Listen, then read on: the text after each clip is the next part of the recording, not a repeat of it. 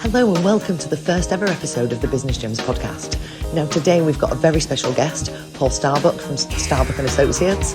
He's going to be here today to talk to you about his journey in business over the last 3 years and also share some helpful hints, tips and tricks to help you along the way. Paul, do you want to introduce yourself? Hello, and thank you for allowing me to come on to your first episode. It's amazing, and thank you. Very, very honoured to be joining your first episode. Thank you.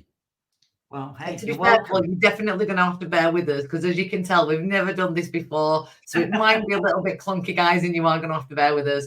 We're sorry. Please, audience, bear with us. I'm sure it's going to improve. We hope, anyway. So over to you, Paul. Introduce yourself. Come on, tell the audience who you are. Yeah, so I'm Paul Starbuck. I run a business called Starbuck Associates. We are an executive coaching, leadership development business. We support senior leaders, business owners, executives with whatever challenge they have. So whether that's leadership development, team development, fulfilling their career aspirations, helping business owners become highly successful at what they do. That's the work we do. We're a very talented team, love the work, and thoroughly enjoy working with people to help them fulfill their career dreams, career aspirations, business goals, ambitions. Ah, sounds great. So can you share on your journey what actually led you to what you're doing currently now? So, how did you get here? Well, I'm a product of COVID, I guess. So I had a 35-year retail career. I started my career with Tesco, finished my career as part of the senior leadership team with Boots. And at the back end of my Boots career, I had the same job for a period of about 3 years, which was probably about 18 months longer than I'd ever had a job before in my entire career. And I desperately needed a new challenge. And I left the business in January 2020 and was looking at, there were 4 or 5 different roles in flight. There was 2 that I really, really wanted. And we were at the back end of the recruitment process. And of course, in March 2020, Boris locked the country down. The roles got withdrawn. All the roles in flight got withdrawn within about 20 minutes of each other. So like many of us, I was sat there watching BBC News, watching Boris live on stage, thinking, what do I do now then? So I thought, well, I'll add some credibility to my CV. So I did a professional consulting qualification, which was interesting. And after that, we were still in lockdown. So I thought, do you know what? I'm going to do the coaching one. And the Boots culture was very coach-like. Thoroughly enjoyed it. I got approached by the people that ran the course after the first module to say, we don't have anybody with a senior leadership background on our team. Do you want to come and do some work for us? And we'll fast track you through the qualification because it's a requirement that all our coaches have this qualification. So I thought, well, why not? Why not? What a great idea. So I loved it, absolutely loved it. I got approached by other organizations to come and do work for them. I reached out to others and got some work with them. And I probably, if I'm honest with myself and everybody on this call, I probably had a year where I was thinking, what about this role over here? What about that role? Applying for some stuff, coming away from some of the interviews thinking, I'm not sure about working for these guys. So I woke up one day and thought, what am I doing? What am I doing? I'm trying to find full-time roles. I'm half-heartedly running a business. And I thought, just pick one. And it became a bit of a no-brainer, really, because if I'm honest, I was thoroughly enjoying the coaching, still thoroughly enjoying the coaching, getting a lot out of it, meeting some amazing people. So I thought, let's do it. So fast forward to this point, I've worked with about 450, 500 clients, business owners, executives, 45, 46 different countries. I've had the opportunity to work with the likes of Microsoft, Coca-Cola, MasterCard, General Electric, the National Health Service, central government. Love it. I love helping people grow, evolve, develop. I love helping teams become more efficient, more effective. I love the work, I really do, and that's what brings me to this point. And so, this is what I'm here to learn. No, what's great to hear in that journey is the fact you've transitioned into a new career path. But the important message as well is you've got to really love what you do, because if you love what you do, it doesn't feel so much like a job or work, so it really comes across in your passion. Thanks, Paul, that's great. No, I agree. I think it's a really important point, actually. And if I think about it, I've never worked so hard in my entire life. I've always been a little bit of a workaholic, but I've never worked, 8 till 10, 7 days a week for a sustainable period. So, some of the work I do means that I'm working in different time zones around the world. So therefore, you'll get stretched naturally in that kind of way. But yeah, I love the work, I really do. So you're right. It's not work for me. It is a passion. It is a love. It is helping people be the best versions of themselves. Yeah, I think quite a lot of people will actually find that relatable, especially the part where you talk about the actual jump. Quite a lot of people will stay in employment and do what they actually really want to do as their own business on the side, and they'll kind of keep both going. And the main reason people do that is fear. Yeah. Because taking that first step is really, really difficult, and it's really hard to effectively back yourself. So I think quite a lot of people, especially ones that are actually going to be listening to this, probably find themselves in a similar situation. So I've got 2 questions for you now. So one, I want to know, what was the thing that actually pushed you to make the jump in the end? I know you said you just went, do you know what, sod it, but what catalyst caused that? And out of your whole career, what would you say is one of your most memorable moments? No pressure, Paul. That's 2 questions. Yeah. So what was the catalyst?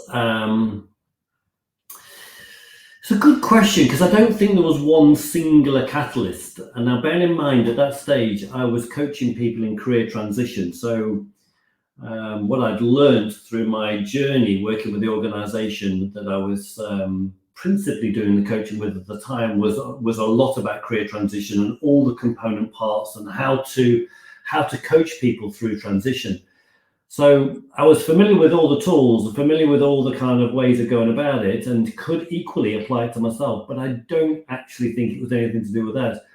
I think it was the realization that I could be successful.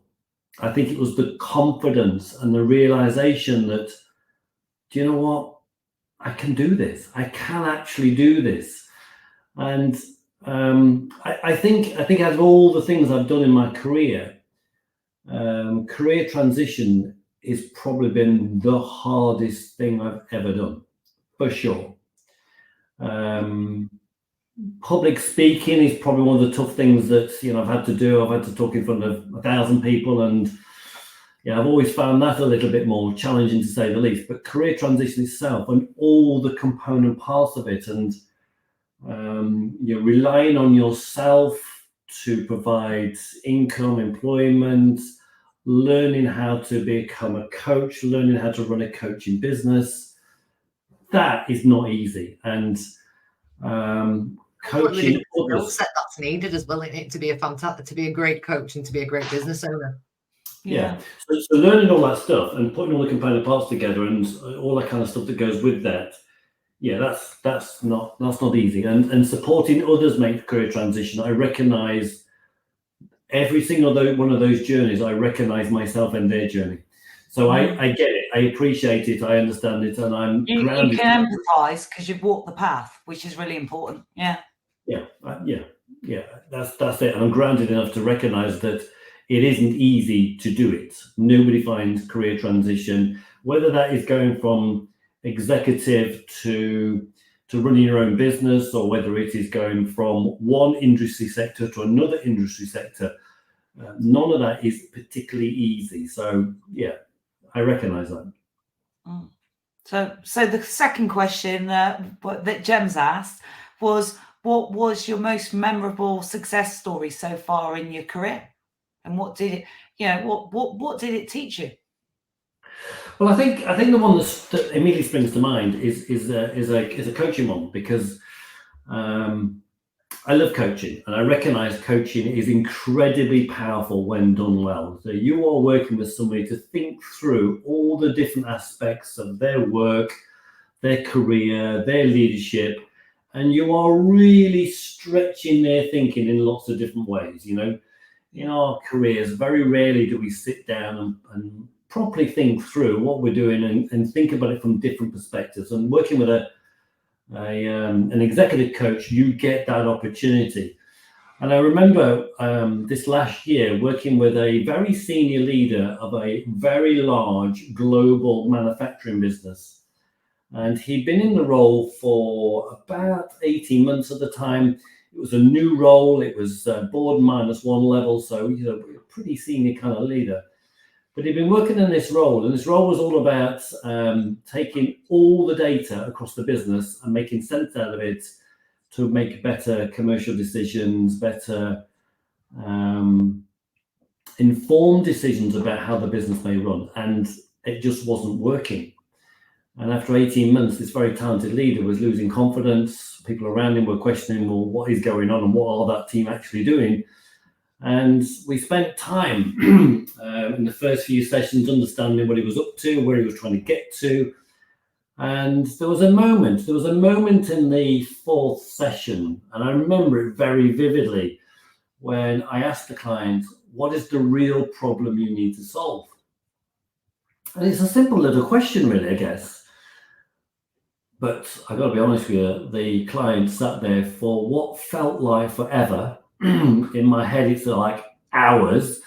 But sat there with his head in his hands for literally 5-10 minutes, thinking this thing through. And then he came off air. Everything in my head was saying, ask a question, fill in the space, because that's what we want to do. But the beauty of coaching is you give people the space to do the thinking. And he came back up and said, we're fixing the wrong problem. We're working over here and we need to be over there. And he used a sporting metaphor. He used a football metaphor to describe a situation.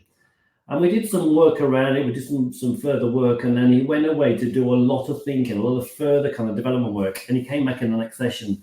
And I kid you not, he said to me, yes, it's a sporting analogy. Yes, it's football, but it's not UK football or football as we would know it in this country.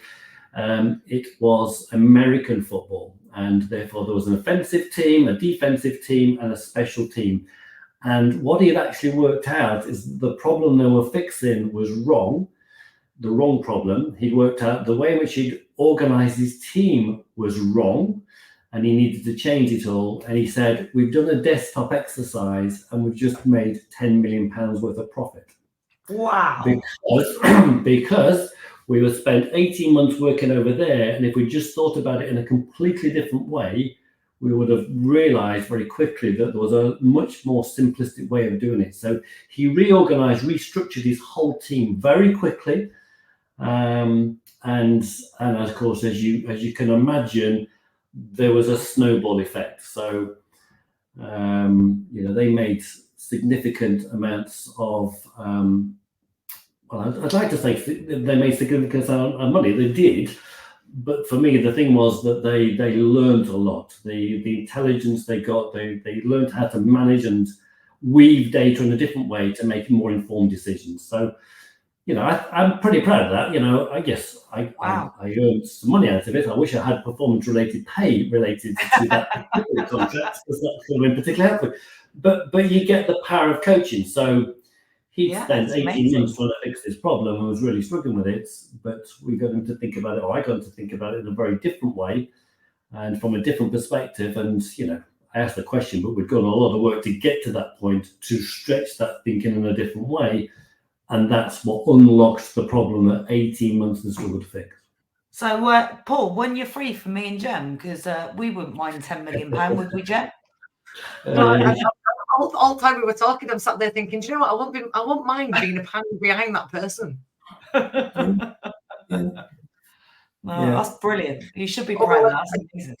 I did think as well when Paul's saying I spent like what felt like forever being quiet. I totally can relate to that. I have to fill every space with noise. And that is a talent to be able to do that. Have that pause point, isn't it? It's like, I would have to seriously hold myself back with every single inch of my, absolute resilience and discipline to say, no, do not talk. Well, it is. I mean, that's what you learn as a coach. You learn to trust that the client has the answers to their own questions. Your role in the partnership, that thinking partnership, is to stimulate the right thinking. And by stimulating the right thinking, the client is able then to think through the solutions. I work in lots of different industry sectors. I work in industry sectors I know nothing about. I don't know nothing about nuclear or financial services or engineering, but I trust the clients know their stuff. My job in this is to trust that and to get them to think about things in different ways. That's what we do as coaches, certainly as executive coaches. Leadership coaches is much more about developing skills and competence, but you're always working and stretching the client to think things through from different and multiple perspectives. Very powerful. Executive coaching and leadership coaching is very powerful. Yeah, no. So it sounds amazing. It sounds amazing. So so go on then, Jem. What's the next question? And apologies, it wasn't resilience. It was what was the word I was looking for? It was holding myself back. So refrain myself from talking in that gap. So apologies, audience, for that. So over to you, Jem. Next question. So our next question is, what is, can you talk about a significant challenge you faced in your business and how you've overcome it?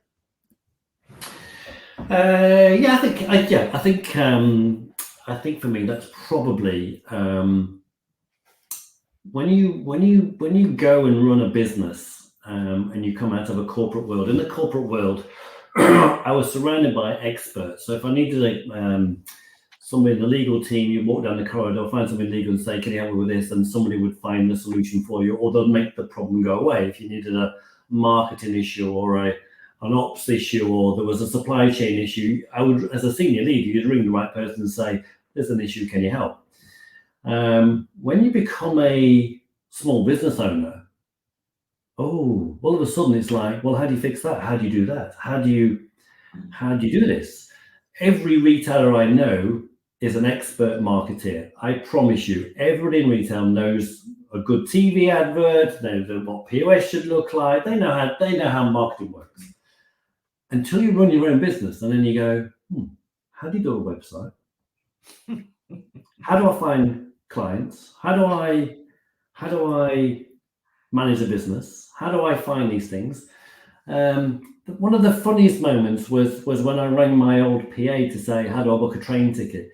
Because in my world, all that stuff, if I needed to go from A to B, somebody had already booked everything, and then I would just be presented with here's the code you need to put into the machine to get your ticket out to get on the train. That's the way it all worked. I had no idea how to do these things. Very naive in that kind of way, and very spoiled, I guess, in many respects. But you have to learn. And you have to learn, for me, two things. I had to learn how to be a professional coach, because let me tell you, being a good coach type leader inside a corporate organization is nothing like being an executive coach. It's not even close.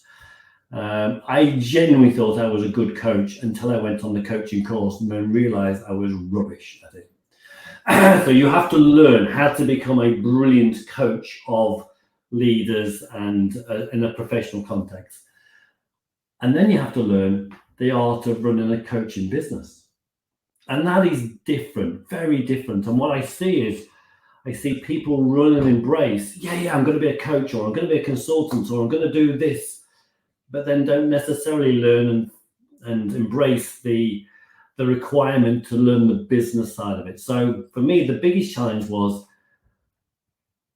probably the biggest challenge for me was, how do I run a coaching business? How do I run a successful coaching business? Where do I find clients? How do I market myself? How do I sell myself? I'm quite a reserved kind of character. I don't like to oversell myself, quite humble in that kind of way, but you have to be able to be out there. So you have to work with people that, you have to go and find clients. And therefore, you soon learn where you're good, where you're not so good. And if I'm honest, we're all warm to the things that we're good at and the things that we like to doing. That doesn't make you successful. No, You have to recognize, well, what are the things I need to do And you have to be brave enough and challenge yourself to go learn those things to become successful at the things that you need to learn. And that may be stuff that you don't like doing. It may be stuff you hate doing or know nothing about, but you have to go and learn it, because that is what makes you successful. Facing into those fears, facing into those barriers, facing into all the demons, all the self-limiting beliefs, all the kind of imposter syndrome. I don't do that. I'm not very good at it. Doesn't matter. If you want to be successful and run your own business, you've got to learn all the things you need to learn to put it all together to run a successful business. So for me, that was the thing I had to do. Paul, I've got to say that absolutely brilliant advice. And I personally believe to become comfortable, you've got to become uncomfortable. So, really great advice. But if you, with all of that you've learned, I know you're still learning, and with your business, etc. What advice would you give someone that's starting out in the industry now? So what advice would you give them? I think exactly that. I think it would be learn your craft. So if you're going to be a coach or a consultant or social media expert, go learn your craft, and you need to learn that to a good depth. You need to learn it to understand it. You need to be, I would challenge you to be the best you can be in that space. So to give you an example, in the world of coaching, anybody can be a coach. Anybody. It's a highly unregulated area. You can be a coach. You can be whatever you want to be. You can just call yourself a coach. I'm a coach. Great. Come by me. However, I do think that if you want to be a coach and run a coaching business, learn the craft, get some level of accreditation, learn how to do it properly. So I challenge myself to get to the pinnacle of that industry. So I work to get the first level of accreditation, the second level, and I've just passed the Master's Coaching Certification, which is the highest level you can get. It puts you in the top 2, 3, 4% in the world. There's less than 100 master coaches in the UK. So challenge yourself in whatever industry you're in. Challenge yourself to be the expert in that space. That's the first thing. The second thing is learn how to run that business. So whether it's a coaching business or a consulting business or your social media business, learn how to run the business. Learn the things that help you become successful. Learn how to find clients. Sales and sales pipelines are the lifeblood of any business. Learn how to do that brilliantly. Where's the clients coming from? How do you get them? How do you find them? How do you engage them? How do you bring them on board? How do you sell yourself? How do you market yourself? Learn all that stuff and learn it well, because that is what feeds in the ability to practice being the expert in your space. You can be an expert in your space, but and if you're only talking to yourself every day, then you're not going to have a very successful business. If you're talking to hundreds of different clients on a regular basis, you're going to be very successful. I completely agree. So I always say to everyone that when I set up Social Gems, I was in a very fortunate position because my background's corporate sales. So in terms of the hard bit of learning how to find clients and how to effectively market myself, that part and that knowledge I already had. However, I still to this day push myself out of my comfort zone because I think it's important. Prime example, recording this flipping podcast. Deciding to do it. So in terms of the things that I don't like doing, I can't stand editing videos. It takes forever, it's time consuming, and it's boring as fudge. But audience, she is great at it. So just to let you know, she's really great at it. She might not like it. And I can't do it. That don't mean I don't enjoy it. That don't mean I enjoy it, but I'll do it because I know I need to do it for me to get further and to get better. And the more I understand about doing podcasts, the more marketing help and advice I can give to my clients, because then we're not just talking about social media. We're looking at how the videos and the podcasts and things that they actually create and all that marketing material that they've got can all work in conjunction. That's increasing my knowledge. That's making me better at what I do. And I've constantly got to keep doing that too. Completely agree with Paul on that one. So audience is a commitment. By podcast show 10, we look much more like experts. Yeah? Is that what we're saying here, Jem? Yeah, my editing skills will be on point by then too. I'm looking forward to coming back at the end just to see how good you guys really are. No pressure, no pressure. So we're going to need our audience to support us and follow us, but you know, and you know, join us on our journey of exploring and learning together. Definitely. So Paul, you know, that was brilliant advice. Love the fact you've given us your top 3, but I kind of want to know now what's your future goals and how are you personally working towards them? Well, great question. So we had a good first year, and the second year we doubled it. So the challenge for the third year was to double it again, and we managed to just about do that. And the challenge for the fourth year is to double it again, and we are pretty much on track. So that's the ambition. So we're going to double it, and you know, bringing in the old corporate experience. It's like if we were to do the same next year, then we need to do some things very differently right now, ready for next year, so 2025. So we're already starting to build some different stuff. So we've got some new products coming on board. We've got some new services. We've got a team of associate coaches, and we've got a whole load of other people that want to join that we can bring in if we need to. So for me, it's about really awesome new employee. Really awesome new employee. Yes. Thank you, Jem. Thank you. Employee number 3. So yeah, we've got some talent. We've got some real talent and some great ideas, some great visions, some great goals, and it's now about bringing them alive and keeping the momentum going. And we're looking forward to a great year ahead. Oh, brilliant! And you've also got well, it'd be interesting, but you've got ebook as well, haven't you? Coming out. Yes, we've got a book. So I'm going to become an author. Ebook, Paul. Ebook. We've got an ebook. It's an ebook. Yes, we've got a book coming out. We've got podcasts. We've got a new non-exec transition program, starts on the 24th of January. We've got a new coaching qualification coming out soon. Wow. Yes, you've heard it here first. Busy.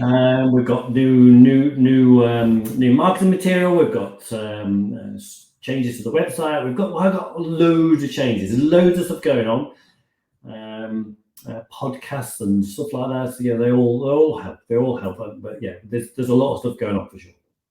The important thing I'm taking away from this is it's not just about the short-term thinking.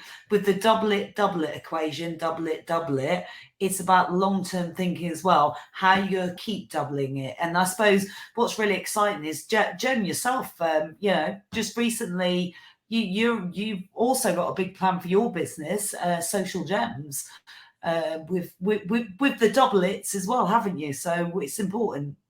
Yeah, and I'm completely mirroring what Paul says. So in terms of, you need to be looking at like what you want to achieve this year, but it's not just about this year. It's about, right, okay, what's the second year plan? What's the third year, the fourth year, the fifth year? What does that look like? And what do we need to start doing now to support that? Because effectively, it's the same as what Paul, with Paul, quite a lot of what we do is quite time consuming.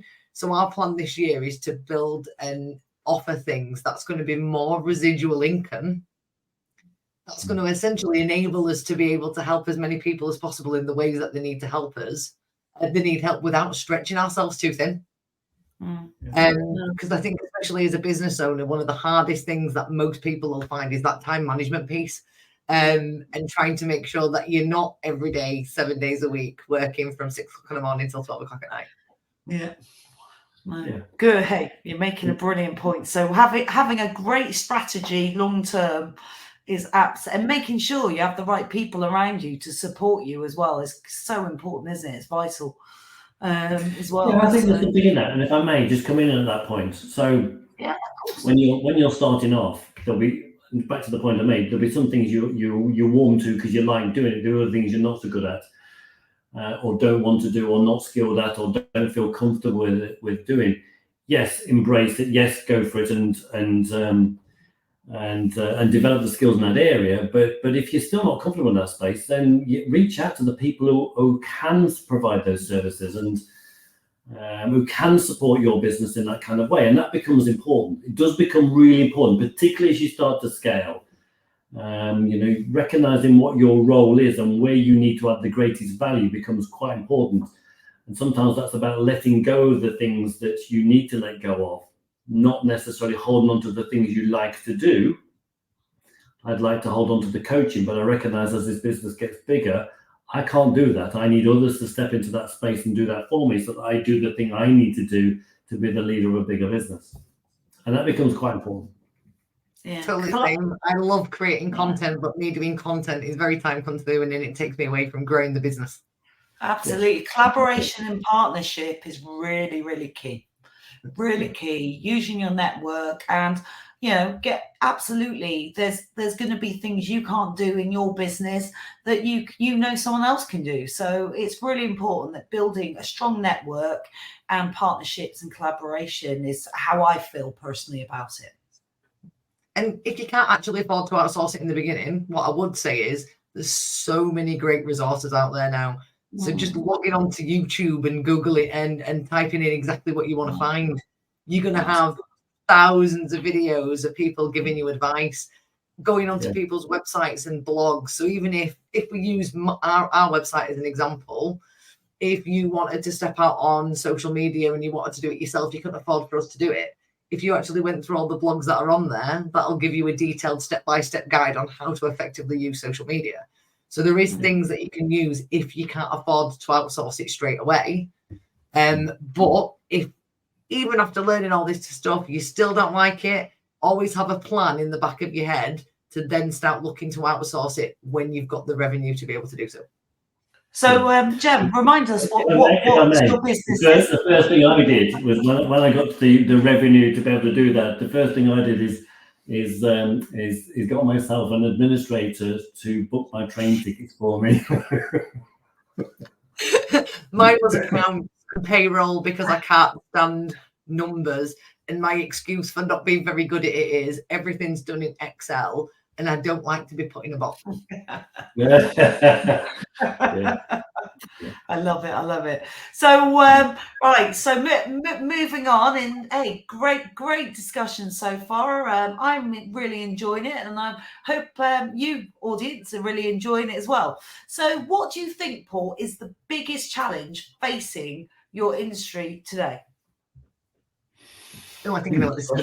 Good question. Well, it's an industry that is worth several $1 billion and still growing at double digits. So it is a big growth industry for sure. It is massive in North America. By comparison, Europe is much smaller, and in Europe, the UK is the biggest market within Europe. So there's still, if you follow the trend from the US, there's still a huge opportunity across Europe and certainly in the UK. People in America are much more willing to pay for their own growth, their own development outside of a corporate kind of context. That trend appears to be moving into the UK. You can see people reaching out, looking for some support with their growth, their development, their careers.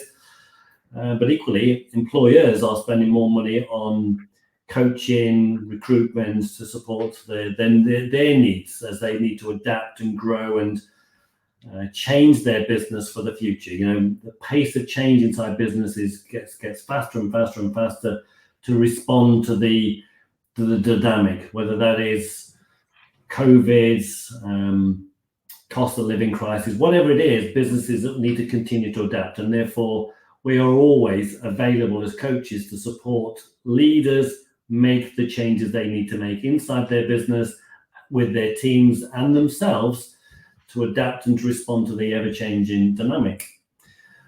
But I guess the biggest challenge probably is that if you're coming into this industry at this moment in time, you're not alone. There's a lot of people making this transition. A lot of people see it as I've done my corporate career. I'm looking to do something slightly different. They quite fancy a bit of coaching. I'm a bit of a coach type leader. It seems easy. Let me have a go at it. And yeah, it is. It is if you're prepared to put in the hard yards and to learn it and to and to learn how to be a successful coach, learn how to be a brilliant coach, and learn how to run a coaching business, as we've talked about. But equally, there are a lot of competitors out there. There are a lot of big organizations out there that have huge, great big coaching benches, and they are looking for coaches that are accredited, that have got real depth to their skills, real experience to it. And to get those accreditations, typically you need to have built up a number of hours, a number of clients you've worked with before you can get accredited to those levels. So you've got to find the clients, you've got to grow, you've got to evolve. You've got to fulfill the criteria, the competence levels that's required for some of those accreditations, and that's not easy. So you've got to work at it, and you've got to work at building that coaching business. There's also a different dynamic coming in, and that AI is starting to change the world. I have seen a coaching session between an iPhone and a senior executive. Fascinating. I mean, you've got to be honest, the iPhone asks some very intuitive questions. There are one or two questions that you probably wouldn't have asked, to be fair, but you can see that technology is changing even the coaching industry. How do I feel about being coached by an iPhone? I'm not sure I feel particularly comfortable with it, and I'm not sure where that data is going and all the kind of stuff around it. But you can see, that there's something that is coming that is going to shape the industry over the next 5, 10, 15, 20 years for sure. But yeah, I think you've got to stand out. You've got to embrace the opportunity and learn how to run a business. That's what you got to learn. See, do you think with the AI piece, Paul? Because we find, especially in like social media and what we do, it's drastically changed the way we work over the last few years. But what we found and why we know it's never going to fully replace us is the same reason that it can be utilized in things like HR departments, but it's never going to completely get rid of that HR department. And that's purely based on the fact that one of the key pieces in anything like coaching, HR, social media is empathy, is human emotion. And that's the one thing that AI can't understand. Like when you actually mentioned about someone being coached by the iPhone, you also mentioned that it asked questions that you wouldn't have normally asked, because ethically and morally it doesn't really have that compass. Whereas we do. So I think it might regulate things a little bit more and put a little bit more structure into how people are coached in terms of questions. But I do think predominantly going forward, there's always going to be that human element that's very much needed. I totally agree. I agree, because I've got to be honest, I love people. You love people, Jem, and it's the human contact that I want. So me too. I also liked as well the fact that when we were talking about Paul actually supporting people and how that support changes and adapts over time. So if we just look at the last few years as an example, there was a massive shift in terms of customer centricity and that being the focus of businesses. Then we now started looking at customer centricity. And I'm now waiting for the moment where people realize that there's no differentiation between the two and it's actually just being people-centric as a business. And I genuinely believe that that's going to be the next thing we're going to see. I'd be interested to know what your thoughts are on that, Paul. Yeah, I can see it's one of the same things, but in my mind, they are slightly different. So one is about the internal focus, one's more about the external focus. So the two things are, of course, it's all about people. They are very, very closely interacted. But I do think that business exists by focusing very much on delivering what the customers may need for today and what the customers may need for the future. And you do that by building a team of people around you that are brilliant at what they do. And therefore you have to have that internal lens. But there's a great adage: if you look after your people will look after your customers, and your customers will look after your profits. So they're all very heavily interlinked. Let's not quote the guy who actually said that, considering he fired everyone as soon as lockdown hit. Well, I think the person who initially said it was the American retailer. So that was many, many, many years ago, for sure. The customers have the right to fire us. So absolutely. No, it's brilliant. Really great insights. So I think what's, I think what's really great is that, you know, you've shared some amazing insights, and, you know, hopefully the audience, hopefully you've really enjoyed hearing them. And, you know, there's a lot of takeaways. But if there is one, remember, this show is called Business Gems. So if there's one business gem, Paul, you share before we wrap up, what would it be? That one business gem? Oh, what a great question! What a great question! And now I get and understand what the podcast is all about. So yeah, thank you for that. So what's the one gem I would share? So I think understand who your customer is, understand where your business is at, and take all the necessary steps to deliver for your customer. Which means you have got to build a brilliant business that's focused on that end customer. You've got to learn all the skills you need to learn to be highly successful, to find those customers and to fulfill those customer expectations. So for me, linking it all together, it's all about, as a business owner, particularly in those early stages, those early few years, and equally if you run a multi-billion-pound organization, it is all about understand what your business is, understand who your customers are, treat your people brilliantly, and deliver what the customer wants. Wow. Thank you, Paul. That was 4 business gems from Paul Starbuck. But honestly, we absolutely, honestly, we've loved having Paul, haven't we, Jem, as our first guest? Do you know what? It's been really, really fun, Paul, and informative, to be fair. I feel like I've actually learned something. So before we all go and we wrap up this first ever episode of Social Gems, where can people find you if they want more information from you or potentially want to work with you, Paul? Where can they find me? So yes, www. Of course, StarbuckAssociates.com, and that's the website. You'll find all the details to find us, to interact with us. All of our services are all listed in there, hopefully. Yeah, that's all, guys, as well. We will put it in the comments when we post the podcast, just to make it easy for you to find Paul. No, thank you. Paul Starbuck on LinkedIn and all the kind of social channels, all that kind of stuff, courtesy of you, Jem. So come find us on LinkedIn, come find us on the website, and love to meet as many of you as I possibly can. It'd be great. Love to collaborate, love to build partnerships, and most importantly, love to help people become the best version of themselves. Brilliant. I love that. One of the things that I say more than anything else to people is your vibe attracts your tribe. And one of the most important things that you need to do when you're setting up a business is find your tribe.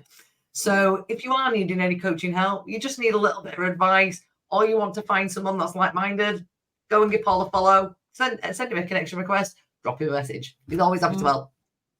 Indeed. Absolutely. And this session, it has been pre-recorded, just to let you all know that. But going forward, watch this space. We're hoping to get that brilliant. We're going to do them live.